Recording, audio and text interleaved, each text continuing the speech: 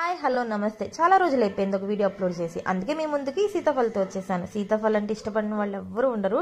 అందరూ సీతాఫలం తిన్నారా? సీతాఫలం ఇంకా ఎవరైనా తినకపోతే ఖచ్చితంగా కామెంట్ చేయండి. నాకైతే ఫేవరెట్ ఫ్రూట్స్లో ఇదొక ఫ్రూట్ అనమాట. అంత బాగుంటుంది, అంత తీయగా ఉంటుంది. ఇంకా ఎవరైనా తినలేదంటే ఖచ్చితంగా తినండి, టేస్ట్ చేయండి. టేస్ట్ ఎలా ఉందో ఖచ్చితంగా కామెంట్ చేయండి. చాలా మందికి పడదు సీతాఫలం అంటే, ఎందుకంటే కొంతమంది జలుబు చేస్తే కొంతమందికి జ్వరం వస్తుంది అనమాట.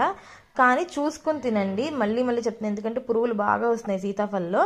ఈ సీతాఫలం ఏంటంటే ఇన్ని కాయలు ఉన్నాయి, ఎవరైనా ఒక కాయ కొనుక్కుంటారు కదా అనుకుంటారు. దాని స్టోరీ ఏంటో చెప్తాను, చివరి వరకు స్కిప్ చేయకుండా నా వీడియో చూసేయండి. మా మామయ్య గారు నిన్న ఈవినింగ్ బయటకు వెళ్తే ఏమైనా తెచ్చిపెట్టా అమ్మ తినడానికి అంటే, ఏం వద్దు మామయ్య గారు అన్న. సరే బజ్జీ మిర్చి తానా అమ్మ, నీకు ఇష్టం కదా అంటే, వద్దు మామయ్య గారు అన్న.